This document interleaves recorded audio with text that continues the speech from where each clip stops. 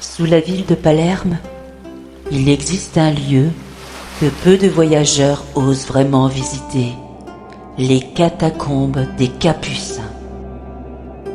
On en parle souvent comme d'un endroit macabre, mais la vérité, c'est que ce lieu ne parle pas de mort, il parle du temps, de ce qu'il laisse, de ce qu'il préserve. J'ai entendu parler de lui quand j'étais adolescente.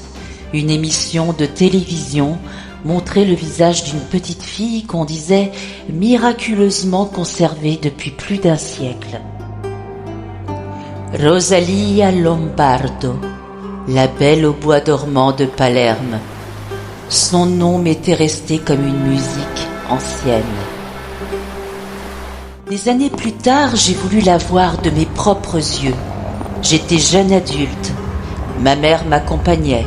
Je me souviens encore de cette petite porte presque cachée près de la basilique des Capucins. Une porte anodine qui s'ouvre sur le silence. En descendant, l'air devient plus frais, plus dense. Il sent la pierre, la cire et quelque chose d'indéfinissable, un parfum d'ancien monde. Les catacombes s'étendent sous la terre comme un labyrinthe de couloirs étroits. Sur les murs, des silhouettes, des visages figés, des habits du siècle passé. Les premiers furent des moines capucins, conservés par leurs frères grâce à un procédé de séchage et de prière.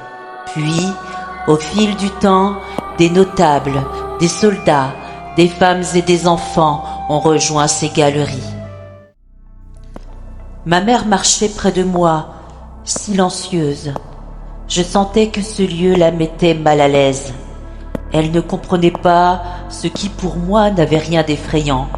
Moi, je ne voyais pas la mort, je voyais la mémoire, une humanité figée mais toujours présente. Et, au bout du dernier couloir, elle. Rosalia, tu étais là, dans ton petit cercueil de verre, si petite, si paisible, tes joues encore rosées, tes cils si longs qu'ils projetaient une ombre sur tes paupières, tes mains croisées, ton ruban jaune dans les cheveux. Tu semblais dormir, et cette lumière dorée autour de toi, c'était comme si le monde entier s'était arrêté là. J'ai ressenti une étrange douceur, une compassion silencieuse, presque maternelle. Ma mère, elle, observait sans un mot.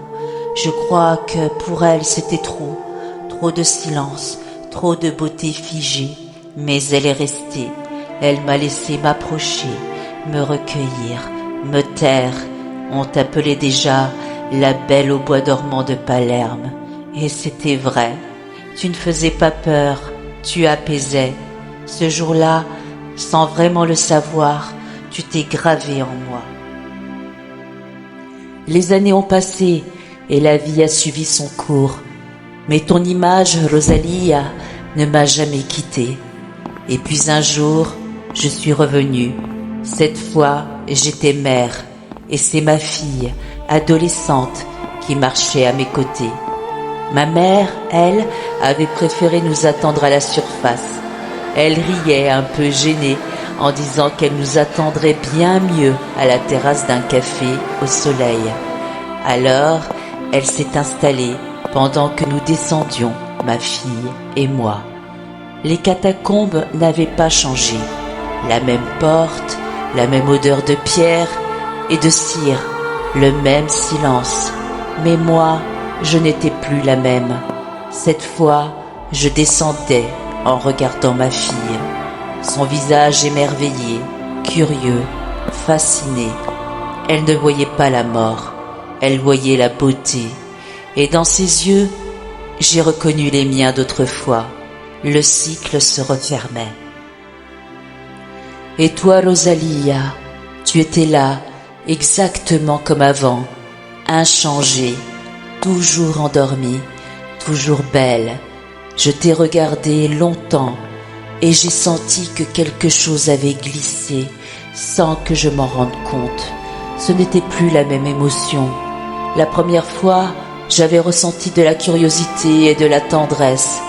Cette fois, c'était autre chose, une tristesse calme, une forme de reconnaissance aussi. Parce qu'à travers toi, je voyais ma fille, et peut-être aussi l'enfant que j'avais été. Tu étais là, figée, dans ton sommeil, mais vivante, autrement. Et j'ai compris. Ce n'est pas la mort que je voyais, c'était la vie qui retenait son souffle.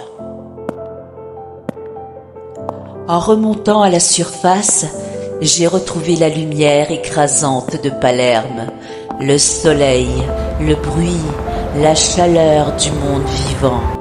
Ma mère nous attendait à la terrasse, un café à la main. Elle m'a souri et j'ai vu dans ses yeux une tendresse amusée.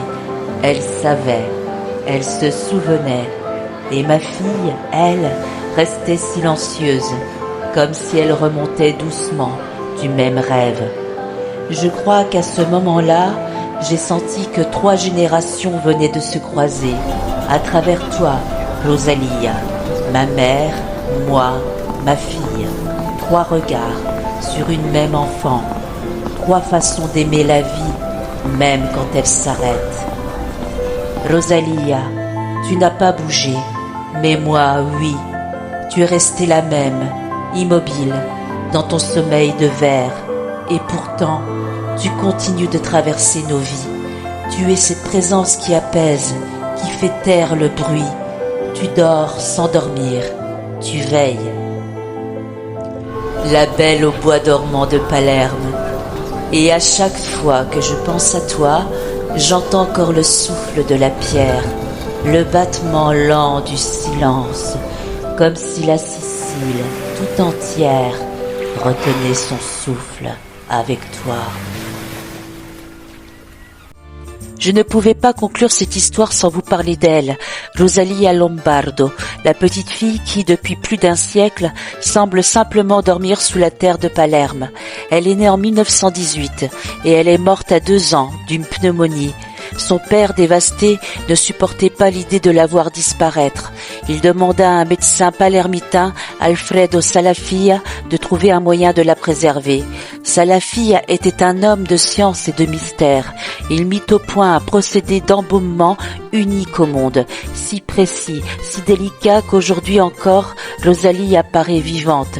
Ses cils projettent toujours une ombre sur ses joues, sa peau garde une couleur douce, presque rosée, et dans son petit cercueil de verre, on a parfois l'impression qu'elle respire. Des chercheurs ont filmé son visage, image par image, et ils ont cru voir ses paupières se soulever lentement, comme dans un souffle, comme si elle ouvrait les yeux. Certains disent que c'est un simple effet d'ombre, d'autres y voient un signe, une énigme que la Sicile garde pour elle. Mais peut-être que c'est autre chose, peut-être que c'est juste la vie qui refuse de s'effacer tout à fait. Parce que quand on regarde Rosalia, on ne voit pas la mort, on voit la tendresse, l'amour d'un père, le génie d'un homme et le mystère d'une enfant que le temps n'a pas voulu quitter.